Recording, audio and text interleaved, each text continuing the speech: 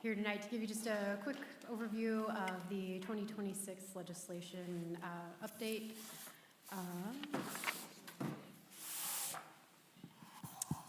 I think first and foremost, I wanted to touch on House Bill 1001. If you recall, this introduced version essentially stripped local governments of local planning authority.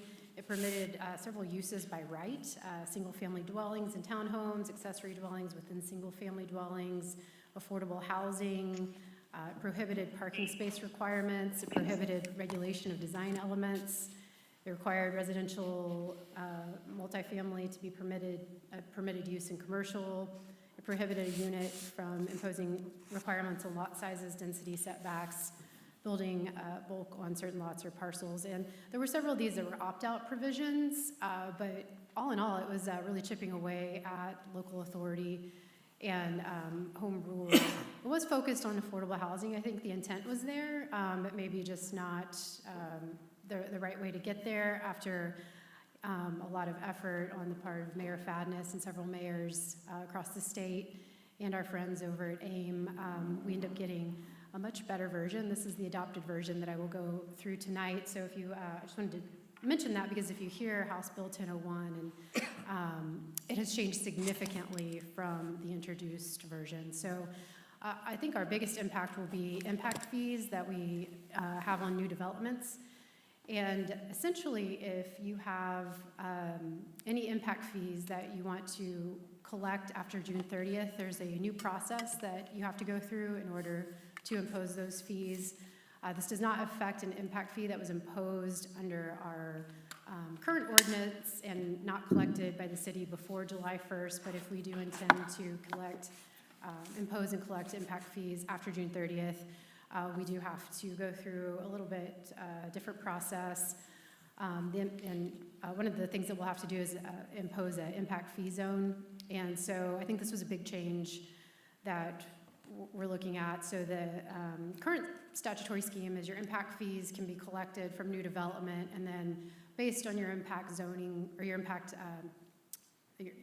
fee plan, you can put those fees anywhere within the city according to that plan. So you may have a new development on the east side and collect, road and bridge impact fees, but you're looking at like the holistic traffic pattern. So those may not be imposed directly adjacent to that development. It may be at a different intersection.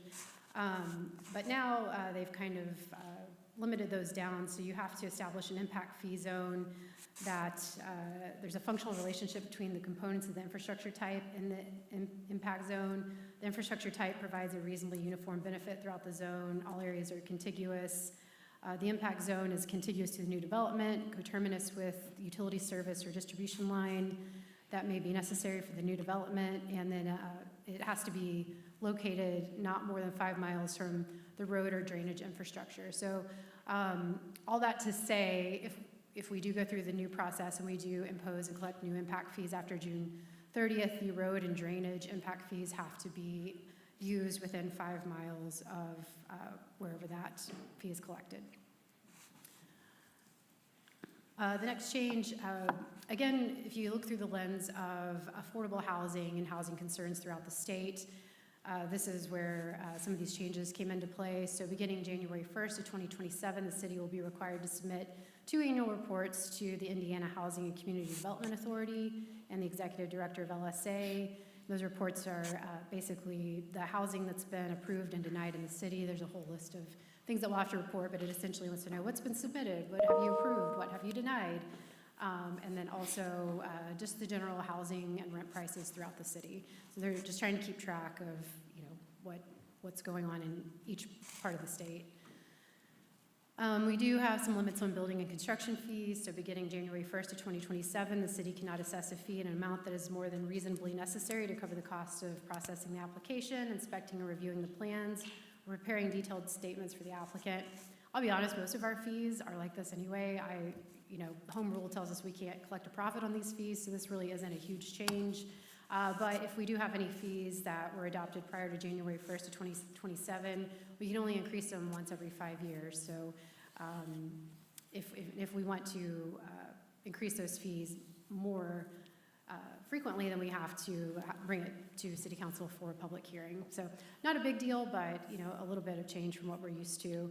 Any fee that's assessed and collected must be maintained in a special fee dedicated solely to reimbursing the costs actually incurred by the city. So, that is a little bit of a limitation to what we usually see. Usually these go in the general fund and they are spent however the general fund is usually spent. But here they're looking for a special fee for reimbursement.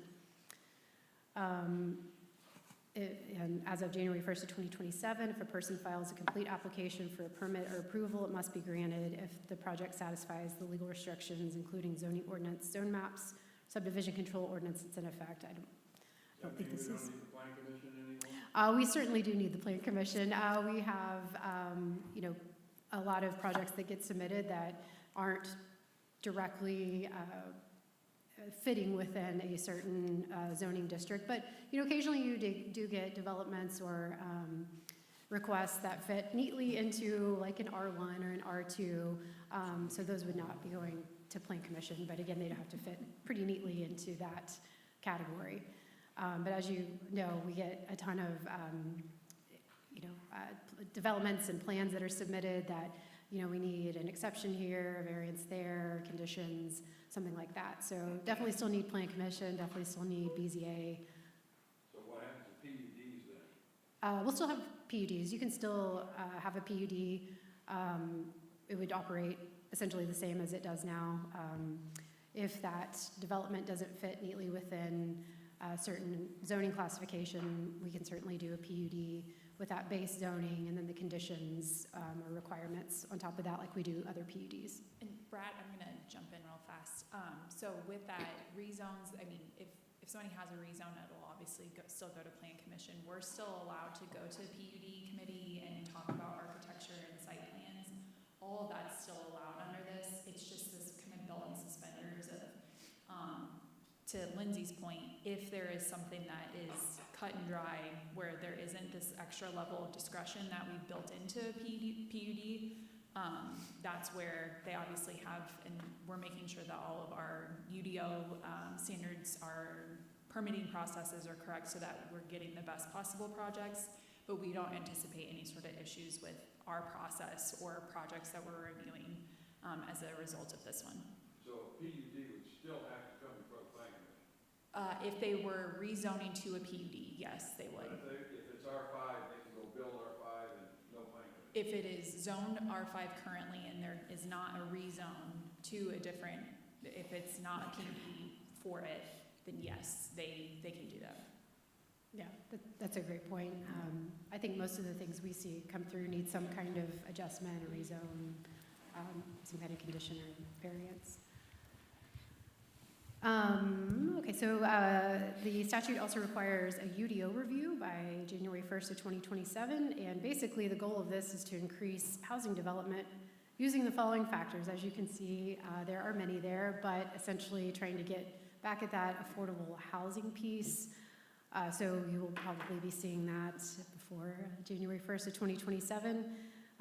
The General Assembly would like to see, more high density, constructing other types of housings, including accessory dwelling units, adaptive reuse of commercial buildings, increasing the allowable floor area ratio in multifamily housing projects, waiving or eliminating certain requirements and regulations, reviewing impact fee zones for improvements, streamlining or shortening the permitting process and timelines. And this one was interesting because I did watch several of the committee videos whenever they were hearing this, and they really did hammer in on, what are the current municipal processes? How quickly can you get through the process? And they were really asking a lot of questions of the communities that came and testified. If I come in with a permit today, when will it get approved? So, they're looking again at that affordable housing streamline approach. So, moving on. Oh, go ahead. At the bottom, did it say donating vacant land? That was the last one? Yes. So again, these are not requirements necessarily. These are things that they want to see in the UDO. So nobody is going to come in and say, oh, you have a piece of vacant land. you must donate it for affordable housing, or you must zone it for affordable housing development. But they would like to see these elements within the UDO. And there is a report that we have to submit to the state to ensure that these things have been included. So I'm assuming that we're gonna opt, oh, you wanna keep going, I'll wait till you finish. That's okay, Go ahead. no. Yep. You were asking about the opt-out. So Yes, I'm there, assuming we're gonna prepare opt-outs for those? there's no opt-out anymore. That There's was, no opt-out. so initially it was more of a mandatory requirement unless you opted out. And it basically stripped the planning department of all of its functions. Here it's saying, we want to see these in the UDO, but, you know, the UDO is more of a, well, I mean, it is a prescriptive document, but there's not an opt-out on the UDO changes, whereas before, we just would not have been able to do it unless we opted out. So let's talk about the Swiss cheese holes that we have here in Fishers. Mhm. What's gonna happen, right? I mean, you know, most of that stuff is zoned R2 to my memory. Yeah. So what are they gonna be able to do or not do without coming before planning commission and the council? Yeah, so if they are able to, you know, build within their R2 permitted uses, then there would be no council action, there'd be no plan commission action. But most of the Swiss cheese areas, as we've seen, are zoned R2, but then there's other uses that, you know, people usually have in mind for those. So they do come before us for rezones and for, Those building permits come from the county? No, so the jurisdiction and the zoning agreement that we have in place, we're still, through the city, we have that agreement that we're still the zoning authority. So nothing changes in our approach. They're still subject to whatever their current zoning is unless they come before us for a rezone, at which time we would then say that you need to annex into the city, just like we do in our standard process. Still required to annex, Yes, get the right of it. yes. So let's take a look at a real-world situation. So we have the church along 116th Street, right? Mhm. That has been talked about, and then the whole swath of land that sits next to Lake Stonebridge. Mhm. Tell me what can go on there with this law, I think it's R2 is what it's zoned right now. okay? So a development that would meet our R2 standards is what could go on there. So, Okay. let me make sure that's right. Part of it's R2, and then part of it is part of the Spyglass Hills, PUD. So they come back and they want to rezone, right? Because they want to put 17 duplexes in there. And we still have the ability to say, no, we're not going to rezone it. Correct, we do Okay. still have the ability. Now, the church property, I'm sure, is not zoned R2. That's the PUDR for Spyglass Hills, or I'm sorry, that's part of the Lake Stonebridge PUD. Okay? So that would come underneath their standards, under that PUD standard? They would have to, yep, and if they deviated from that, then it would have to come back to council as a Where rezone. are the areas that would be most susceptible to using 1001 in this fashion? I think we can do an analysis of that to That show. we need to do. Yeah, We need to understand where those areas are. yeah, You know, again, you know, my worry is that we have a lot of those holes around the city, right? And I think primarily, most of them are R2 zoned. So if you're telling me we don't have to deviate from our UDO on the R2, we still have some protections there, we do. right? Which is good. Because there are some of those areas which are right next to, Well, take next to Cynthia Park, yes, 126. that's another one. They're almost out that whole Right, that whole half strip. mile Right.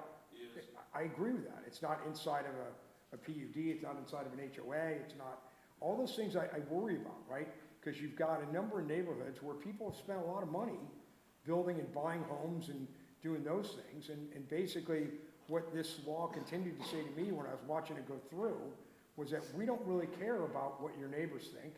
Okay, we want to put in affordable housing. Now, that sounds great in principle, but in reality, right, I don't know how that really benefits any municipality, right, when you're forced hand to do things. So I think definitely we need to get an analysis of what properties are suspect, Sure. right? So we can judge that, because that's something we're gonna have to know. And the good thing is that the work that was done from, I think, like the earlier version that Lindsay walked through was great, but from the version that we have today and what changes we actually have to make, there's nothing allowed by right. So before ADUs were allowed by right, you could have two, You could put it in the do front yard too, duplexes. by the You way. could, yeah. You could put it in the So front all- yard, Yep, so the up to common. 3 stories high or something like that. Yeah, and all of that is gone now. Right. So, from where we are and where this bill stands today, there really isn't much of an impact to us, other than a couple of additional reports, and then the impact fee zones that we Right. have to do. So that's another one of those items that kind of gets me with the impact fee zone, right? We've used the impact fee zone to really continue to build out the city in a first-class manner. Because regardless of where you live in the city, you're gonna use services around the city. That's just a fact, okay? And particularly, you know, with the drainage and all the rest of that stuff that goes on there, and the roads, and the park impact fees is another big one, right?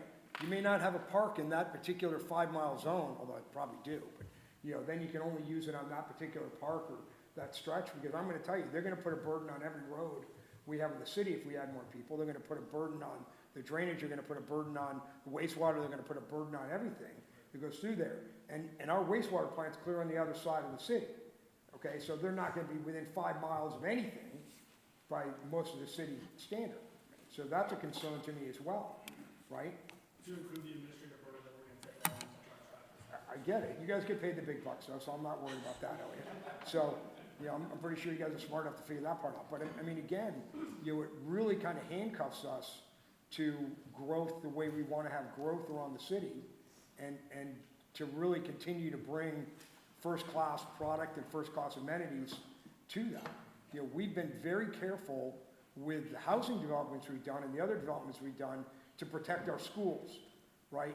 We look at donor properties rather than recipient properties. And that was by choice. You know, really the citizens were all for that as well. So again, you're starting to take the hands out of that, which can potentially affect the schools at the 1% property tax cap, right? They become recipients rather than donors. And, you know, you start putting in these 3 and 4 bedroom multi-unit developments, right? Is problematic, where we don't have a say that it actually fits really where it belongs in the city. And again, I think we've been very effective at where we put in some, you know, affordable housing. I mean, Rhonda had a project down on whatever it was over there. We've got 2 projects, one was a senior project. We've got a number of other areas where we've had that done successfully, but that was planned.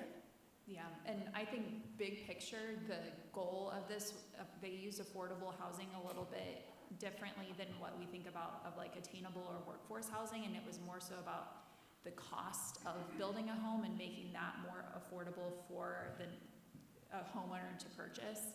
But big picture, I know that Lindsay has other things that she has to get through too. We'll definitely come back with an analysis of what properties are annexed in R2 and what that could look like from a zoning perspective.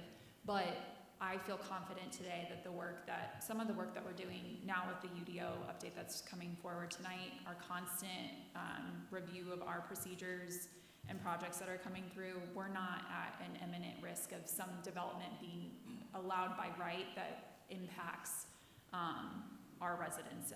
Well, the other side of it is I don't understand how the legislature feels they can just handle economics of the building trade, okay? Then get the electricians to take less money. Get the manufacturers who are making those products to take less money. I mean, again, you know, I work for an industry that, you know, we're designing stuff that's getting built all the time. It's not getting cheaper, folks, it's not. You know, they keep talking about raising up everybody's pay, which is great, right? But that is then gonna pull down into those other communities. I'm not really sure they've come up with an answer here, but that's just me.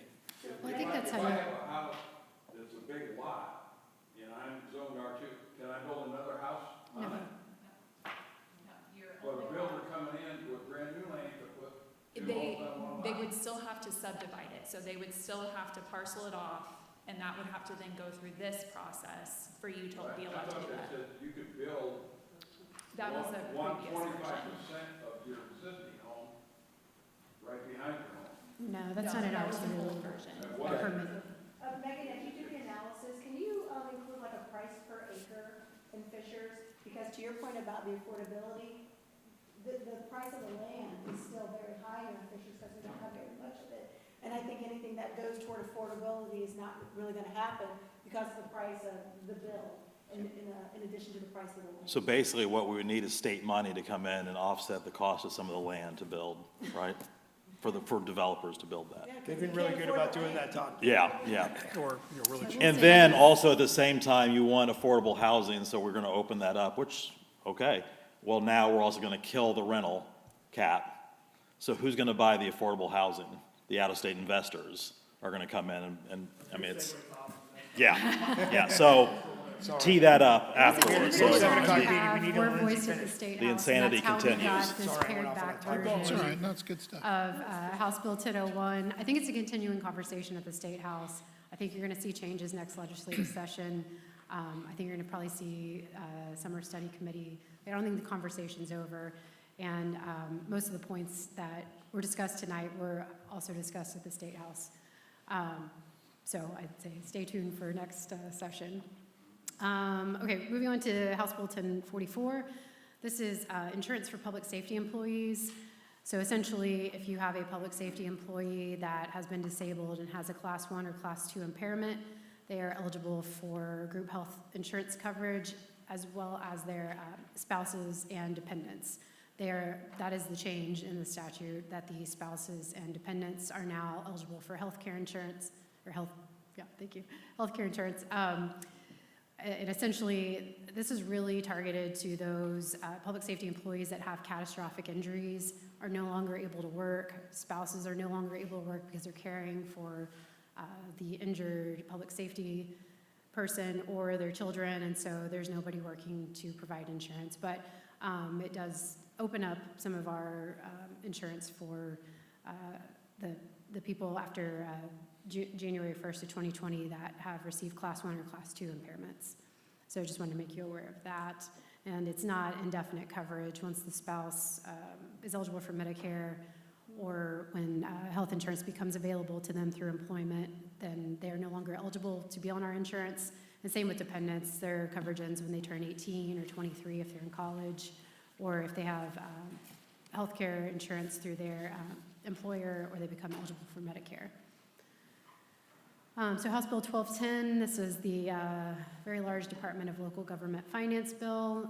Elliot, do you want to talk a little bit about the financial impacts of this one? Yeah, absolutely. So previous legislative session, Senate Bill 1 was the big topic, right? And so what happened in this session is it just kicked the can down the road 1 year. So instead of being effective 2028, it's now going to be effective 2029. So our lit distribution will stay the same for the next couple of years until it transitions to 29. At that point in time, the council will adopt an income tax rate up to 1.2%. So we got a little bit of time before we have to really dive into that in detail. A couple of things from the DLGF bill. So the previous legislative session, there's 3% additional hotel tourism tax, so 6, 7, 8% of that. It was split between the 4 major cities in Hamilton County. The last percent was up for grabs, if so to speak. So we could reach out to Hamilton County Tourism and request funding for a capital project for that 1%. We got away from that. So now that 3% is divvied up between the 4 major cities in Hamilton County. So instead of the financial impact to you guys is, instead of receiving about $670,000 from that, next year we should anticipate receiving about $1 million towards that. That'll always go directly towards our Fishers Event Center debt service payment. So about $330,000 additional coming every year in the future because of that. And the last one, I'll kick it back to you for registration, Lindsay. Yeah, so initially, we had language that completely abolished our rental registration program and the rental cap. We did have some language included at the very end that allowed us to enforce it until January 1st of 2028. So we have a couple of years, hopefully we can go back up and show the positive impacts that we've had from the rental cap, and maybe get some additional language added. One of these legislative sessions, we will still have the rental registration program after January 1st of 2028. We just won't be able to enforce the cap piece. Just want to touch real quick on Haley's Law. This isn't necessarily affecting City Council, but Haley's Law was enacted. It was 2 bills, House Bill 1303, which included high-risk missing children now under the Silver Alert, and then House Bill 1408, which requires social media providers to determine if a user is under 16, and if they are, they have to get parent or legal guardian permission before creating the account. Parent can create restrictions on who the minor can talk to and who can find the minor's account.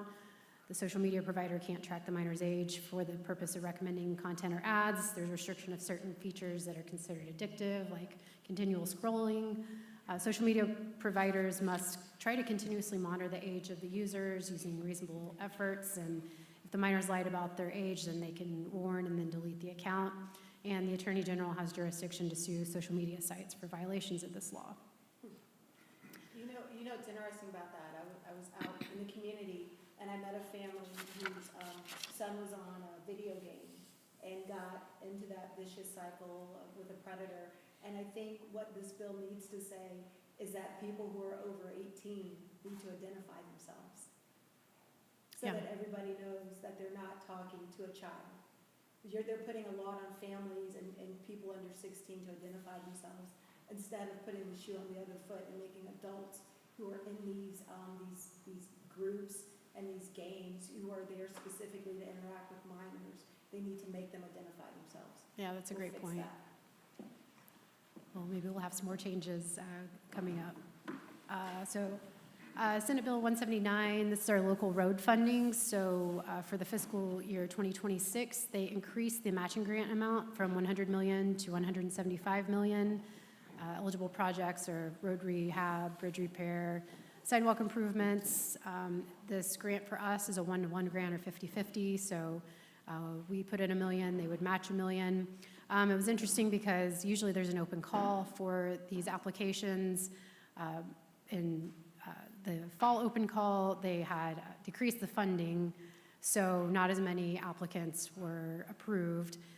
Approximately 200 municipalities actually applied in the fall and did not get funding. So with this additional funding, NDOT is reaching out to those municipalities who had applications who were not granted the money, and then allowing them to resubmit their application. We are still waiting on our call, but hopefully we'll get it, and we have a road resurfacing project ready to go whenever we do. Just wanted to touch base on Senate Bill 270. This actually doesn't affect us, but I did get some questions on it. The intent is to identify townships that are struggling with administration, finances, or finding trustees. They put together a point system that's based on financial reporting, budgeting, election gaps, operational spending, and you accumulate, as a township, you would accumulate points, and if you get 4 more points, then you must merge with the city if at least 80% of the township's boundaries coincide with the city's boundaries, and 51% of the population reside within the city boundaries. All this to say, Delaware Township and Fall Creek Township would not fall into this. They would not be considered a distressed township. My next slide, really bad news. Official state sandwich did not pass through the House, so we do not yet have our official state sandwich, but maybe next year. So the only thing, I'd go back to the rental cap thing, Lindsay, and I would argue at bare minimum, having a rental registry is still a positive thing for the community. Absolutely. And I don't believe the institutional investors can even argue that point. It allows us to know who to contact, okay? Because obviously the people living in the residence don't own it, but we need proper channels to do that. So if I were to argue anything, so you're not gonna do a cap because they're not gonna let us, right? But the rental registry, which, again, when I was talking to at least one group who was doing the lobbying against it, to me, when they talked to me, they didn't have any problem with the registry. So I think we should at minimum go back and ask that that would be okayed. Yes, that Going piece will be okay. It's a totally different statute that's been in existence for several years. It's actually a registration and inspection program. Okay? So, you know, we And never know our where that intent is to might go. keep that going as well. So Okay, good. our intent is that we're proceeding for the next 2 years while we're allowed to have the cap put in place. But then that the registration would be Continue. as well. Good. Thank you. Yeah, to your point, we do need good contact information for all the owners, for property maintenance reasons, and it has been helpful to have those contacts. And when they're not paying the sewer bills and everything else, right? Yeah. Right. Okay. All right, well, I'm happy to answer any questions. Any questions for Lindsay? Well, thank you so much. We'll adjourn the work session and jump right in, right? Good evening. I will now call the March 16th, 2026 City Council meeting to